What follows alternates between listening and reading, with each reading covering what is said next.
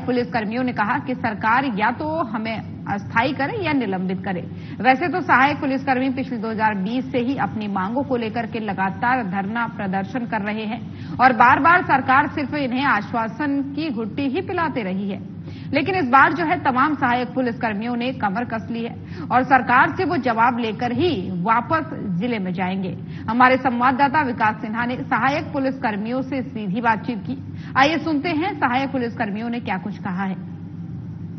खड़े हैं रांची के मोराबादी मैदान में। आप देख सकते हैं हमारे पीछे कितनी जो है टेंट लगी है। इन तमाम टेंटों के अंदर राज्य के सहायक पुलिसकर्मी हैं जो अपनी मांगों को लेकर पिछले 10 दिनों से लगातार संघर्ष कर रहे हैं। वो सरकार को जगाने का काम कर रहे हैं कि सरकार जाग जाओ। 7 साल हमने नौकरी कर ली है।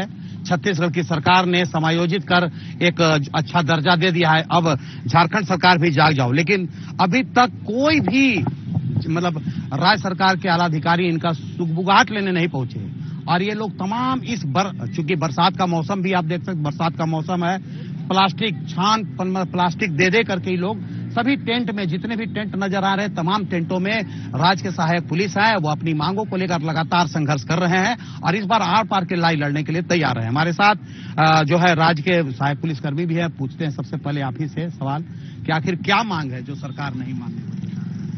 सरकार से ही मांग है कि 7 वर्षों ने विभाग को समय दिया, ड्यूटी किया और 7 वर्षों के पुलिसिंग का अनुभव, जो स्किल का अनुभव हम लोगों ने सब प्राप्त कर लिया है, एक प्रशिक्षण भी प्राप्त कर लिया है। तो बार बार कह रहे हैं कि यही छत्तीसगढ़ में जब कांग्रेस की सरकार थी तो बघेल साहब ने वहां के छत्तीसगढ़ आरक्षकों को, सहायक आरक्षकों को छत्तीसगढ़ पुलिस में समायोजित कर दिया। तो हमारा स्किल को देखते हुए, समय को देखते हुए, 7 वर्षों के अनुभव को देखते हुए सहायक पुलिस कर्मियों को झारखंड पुलिस में समायोजित किया जाए ताकि ये समस्या बार बार न हो और समस्या हमेशा के लिए समाधान हो जाए।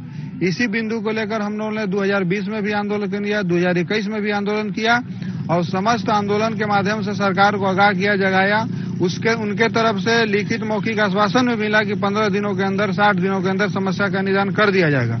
लेकिन आज 4 साल 5 साल आश्वासन को हो गए, 7 साल नौकरी को हो गए, लेकिन इस गांव गरीब मजलूम व्यक्ति का दर्द, नक्सल प्रभावित युवतियों का दर्द, दुख, तकलीफ, पीड़ा सुनने समझने के लिए अब तक कोई नहीं आया है।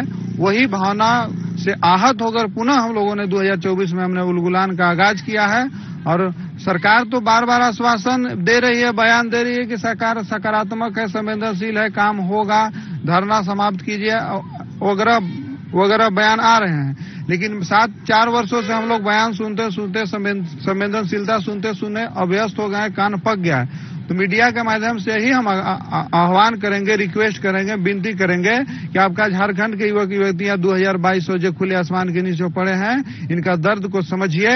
आप बयान तो ठीक है, उसका सम्मान है, लेकिन एक मंच पर आइए, एक पंच के साथ आइए, एक अस्थायी ठोस समाधान रिजल्ट दीजिए, इसका न्यायिक समाधान हो और यह प्रदर्शन उत्सव में बदले और यही उत्सव जाकर सीएम आवास हम लोग बम पटाखे फोड़े, होली दिवाली मनाएं और अपने कर्तव्य की ओर प्रस्थान करें। सवाल है कि काम तो आप ले रहे हैं लेकिन आप समायोजित नहीं करके मात्र कम मानदेय में आप चाहते हैं कि तमाम काम, ये तमाम जो सहायक पुलिसकर्मी है अधिकतर नक्सल प्रभावित क्षेत्रों से आते हैं और उन्हें ड्यूटी भी दिया जाता है, लेकिन सरकार नहीं सुन रही है। आखिर कब तक ये संघर्ष चलेगा? मेरे साथ हैं और महिला पुलिस जो है सहायक कर्मी। आप बताइए, क्या आप इस तरह से धरना प्रदर्शन कर रही है, कितनी कष्ट है आप लोगों?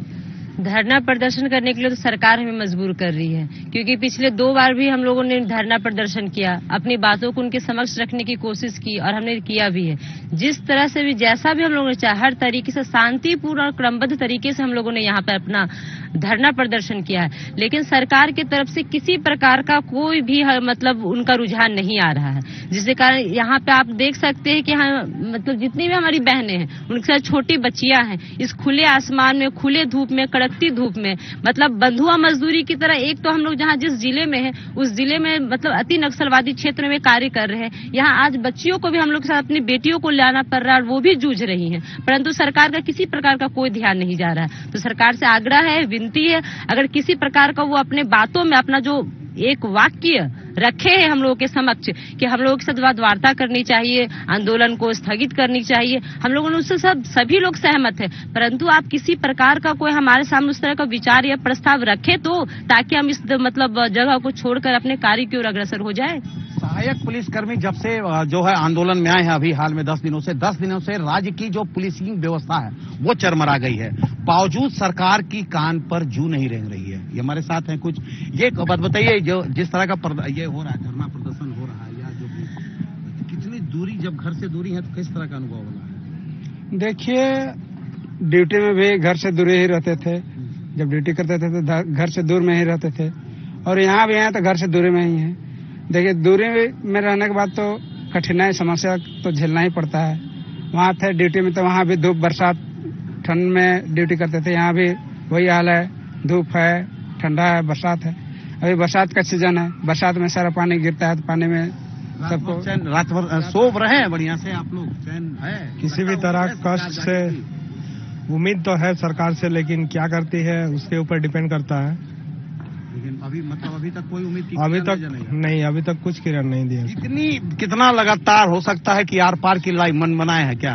पूरी मन है आर पार की लड़ाई? आप छोड़िए, मन तो हम लोग का पूरा है कि यहाँ से लेकर के ही जाएंगे, कुछ पॉजिटिव रिजल्ट ही मिलेगा, उसके बाद ही इस ग्राउंड को हम लोग छोड़ेंगे, अन्यथा यहाँ से पार हो जाए या आर हो जाए, लेकिन छोड़ने वाले में से नहीं है। हम लोग एक मन बना करके आए हैं, या तो रखा जाए या फिर लास्ट कर दिया जाए अंतिम तक, उसमें भी हम लोग शामिल है। लेकिन आए सरकार ग्राउंड और हम लोग के सामने मुखातिब हो करके ये बोले कि आप लोग को नहीं रखा जाएगा, और अगर से आर पार की लड़ाई है, सरकार रखे अथवा मतलब ये करे, आप क्या बोलेंगे? क्या मतलब इस बार पूरी लड़ाई लड़ लेनी है? जी बिल्कुल, लड़ाई तो लड़नी है, जब तक कि फिर आश्वासन की घुट्टी नहीं, आश्वासन पर हम लोग जाने वाले नहीं हैं। और जो 7 साल से पीड़ा दुख दर्द के साथ जी रहे हैं, कम से कम वो खत्म हो, यही आशा विश्वास के साथ आए हैं। और बिना कुछ सही रिजल्ट लिए या अंतिम रूप से तो हम लोग जाने वाले नहीं हैं। पिछले 7 वर्षों से लगातार काम कर रहे हैं, और सरकार का जो पहल है, जो भी काम दिया जा रहा है जिला प्रशासन की ओर से, उसे कर रहे हैं।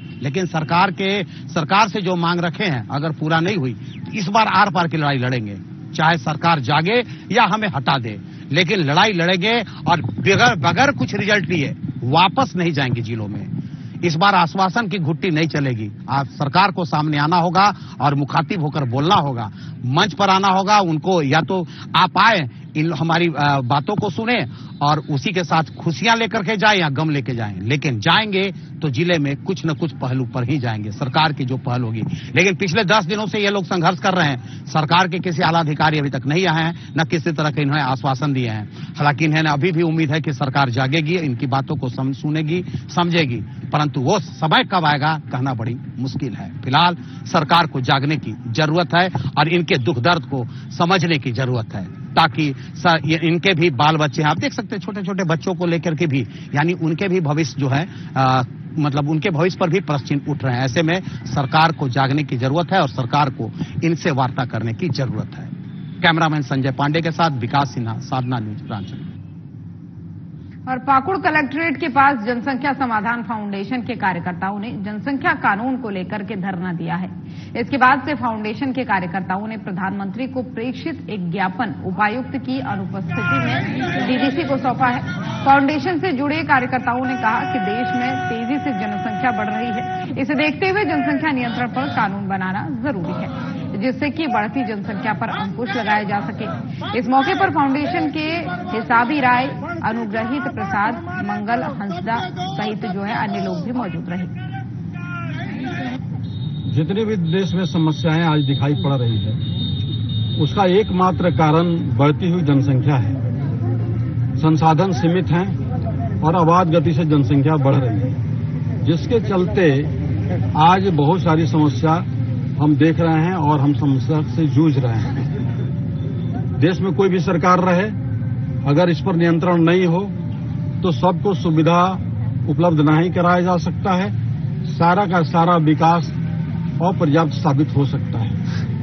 इसके साथ साथ दूसरी ओर जो सबसे भयावह स्थिति है वो है डेमोग्राफिक चेंज, जो जनसंख्या का सांप्रदायिक असंतुलन जो हम देख रहे हैं अभी, ये सबसे बड़ा देश के लिए खतरा है। एक राष्ट्रव्यापी कार्यक्रम के तहत आज जनसंख्या समाधान फाउंडेशन के द्वारा आज पूरे देश में हर जिला मुख्यालय पर धरना दिया जा रहा है।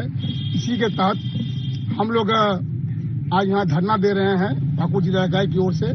और हम लोग के लिए आज का दिन सबसे सुखद इसलिए है कि जिस मांग को लेकर जनसंख्या नियंत्रण कानून की मांग को लेकर हम लोग देश में पूरे हम लोग लड़ रहे थे विगत 11 वर्षों से, उसको हमारे आदरणीय प्रधानमंत्री नरेंद्र मोदी जी ने इसको सहजता से स्वीकार। और अब श्रावणी मेला नजदीक है। ऐसे में देवघर में श्रद्धालुओं की संख्या में काफी इजाफा हो जाने पर शहर में पानी की खपत भी काफी बढ़ जाती है।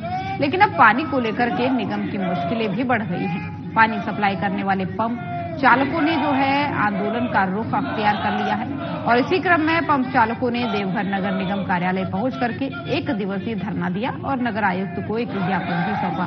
निगम के पंप चालकों का कहना है कि पिछले 4 साल से उनके वेतन वृद्धि को रोक दिया गया है, इसलिए वे हड़ताल पर जाने के लिए विवश हैं। सर, श्रावणी मेला पर इसका कोई प्रभाव नहीं पड़ेगा अगर नगर आयुक्त साहब हम लोगों के ऊपर आशीर्वाद रखेंगे तो। वास्तविकता यह है कि हम लोग बहुत ही नीचे कैटेगरी में काम करते हैं, श्मशान घाट में काम करते हैं, नदी की स्थिति में काम करते हैं, बिच्छू सांप झाड़ियों का अम्बार लगा रहता है। लेकिन किस परिस्थिति में काम करते हैं इसका कोई संज्ञान लेने वाला नहीं है। अगर संज्ञान लेते भी हैं तो उनको पूरा नहीं करते हैं। बहुत सारी कठिनाइयां समस्याओं का सामना करना पड़ता है वहां पर। दूसरा चीज ये है कि सरकार अभी श्रम नीति के अंतर्गत एक न्यूनतम मजदूरी दर बढ़ाई है।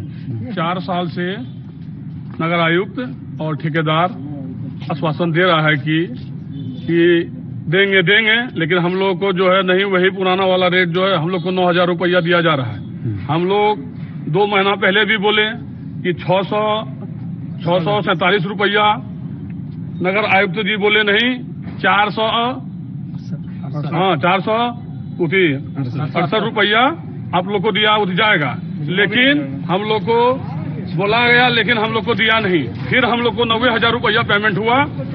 हम लोग को 4 साल से पीएफ का पैसा धरे हुआ है, बोलते हैं दे देंगे, आओ हाथ में देंगे, खाता में देंगे, इस तरह का बोलते जा रहा है, लेकिन हम लोग को नहीं दिया गया अभी तक।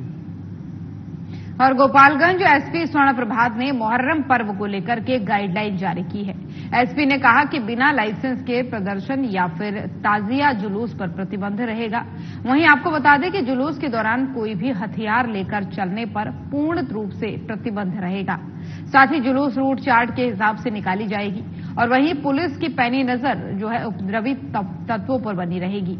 इस मौके पर डीडीसी अभिषेक कुमार रंजन, सदर एसडीएम डॉक्टर प्रदीप कुमार, सदर एसडीपीओ प्रांजल और अन्य अधिकारी सहित जो है शांति समिति के सदस्य मौजूद थे।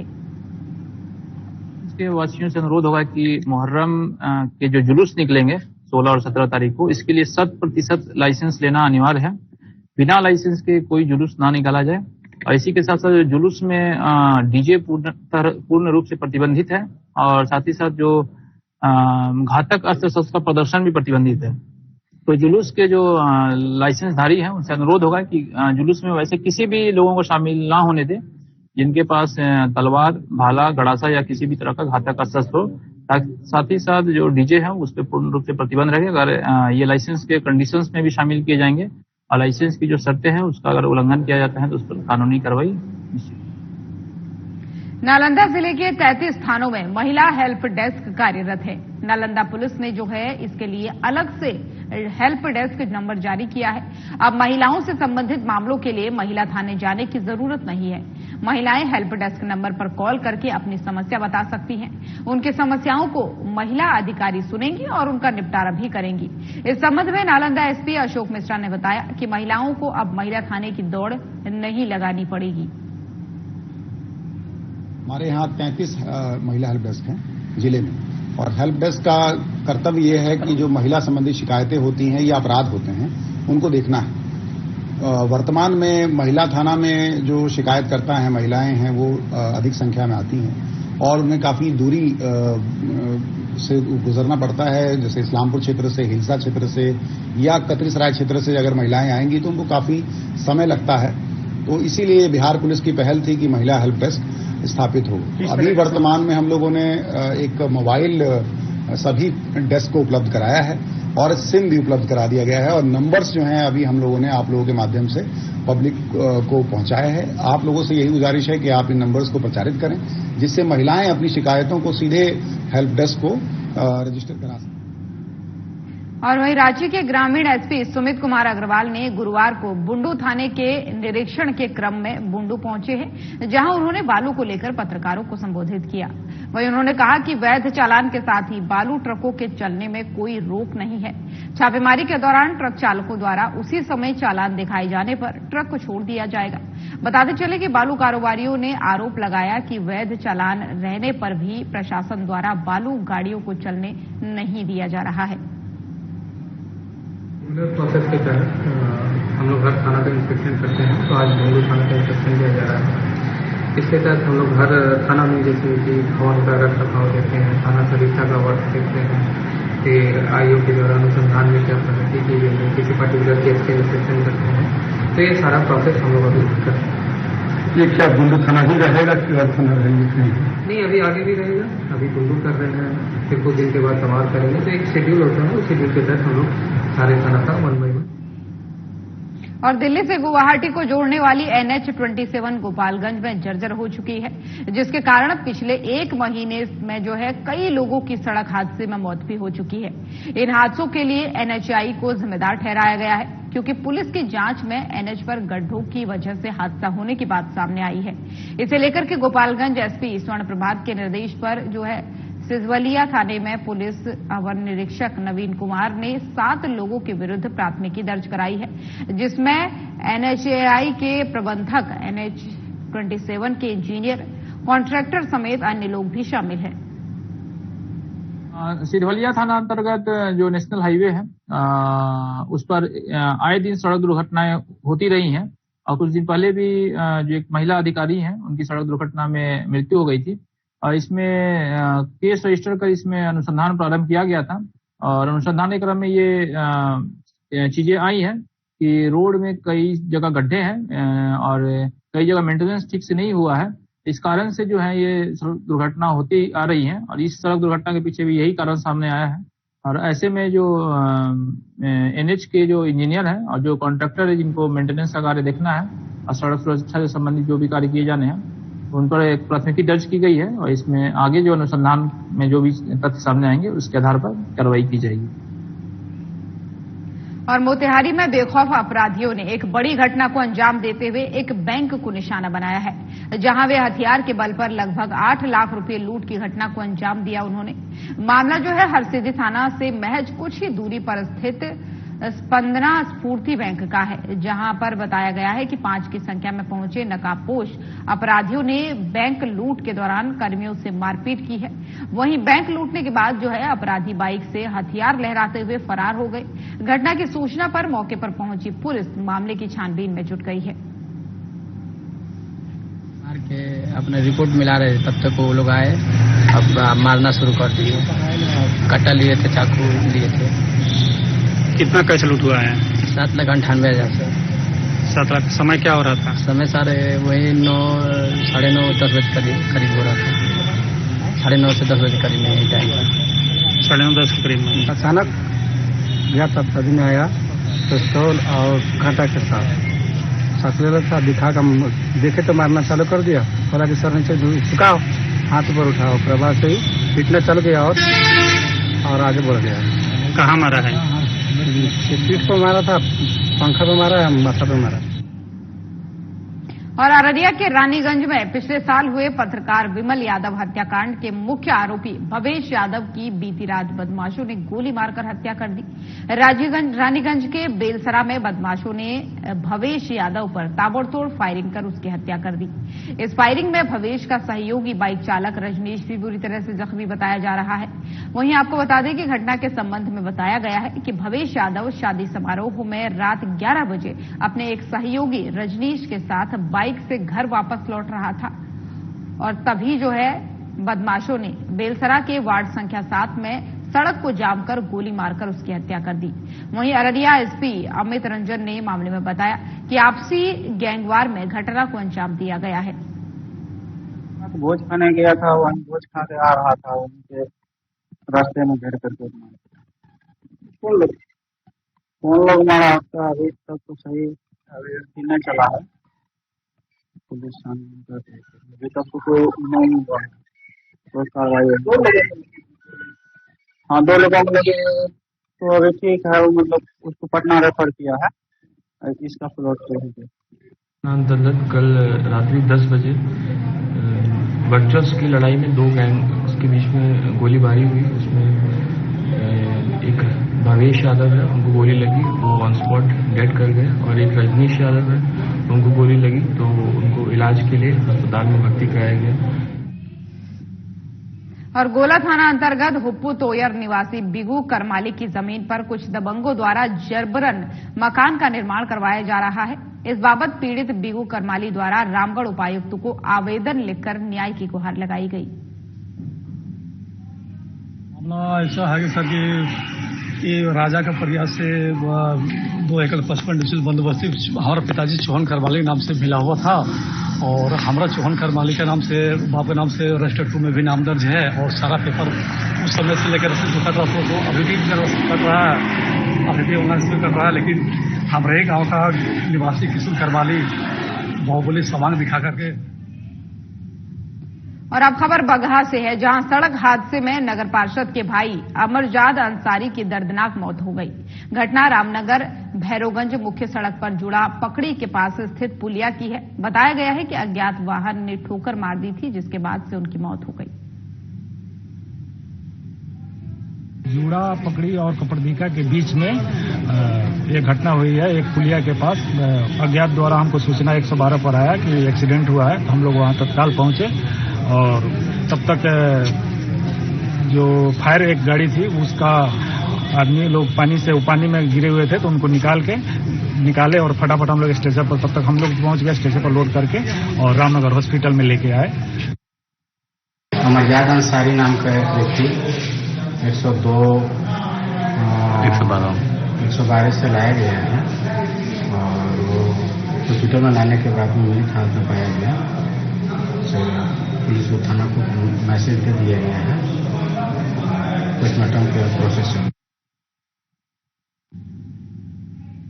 तो बगहा से ये खबर आपको बता रहे हैं, जहां पर सड़क हादसे में नगर पार्षद के भाई की मौत की खबर सामने आ रही है। बताया जा रहा है किसी वाहन ने पीछे से आकर टक्कर मारी, जिसके बाद से मौके पर ही पार्षद के भाई ने दम तोड़ दिया। अस्पताल की ये तस्वीरें हैं, जहां पर पुलिस अब मामले में कार्रवाई कर रही है, और साथ ही जो है कार्रवाई के बाद जो है न्याय की गुहार लगाई गई है।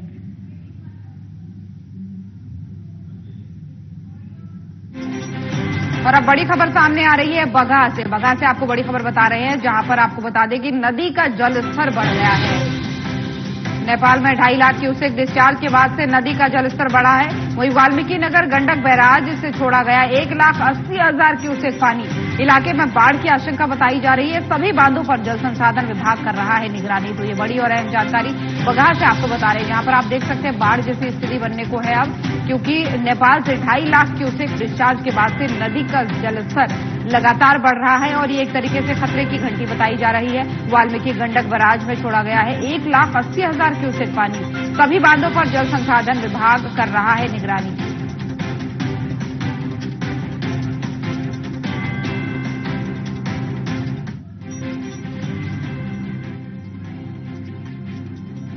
और इसी खबर पर ज्यादा जानकारी के साथ हमारे संवाददाता बगहा से फोन लाइन पर परवेज आलम हमारे साथ जुड़ गए। परवेज, क्या स्थिति बनी हुई है, क्योंकि बाढ़ की आशंका बताई जा रही है, नदी का जलस्तर लगातार बढ़ रहा है, तो अभी की क्या स्थिति बनी हुई है?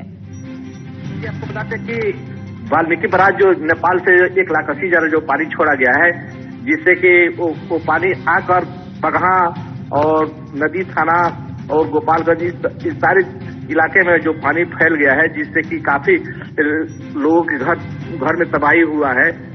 कुछ घर में पानी घुस गया है। इस पानी से बहुत लोगों की नुकसान हो रही है, जान माल की क्षति हो रही है।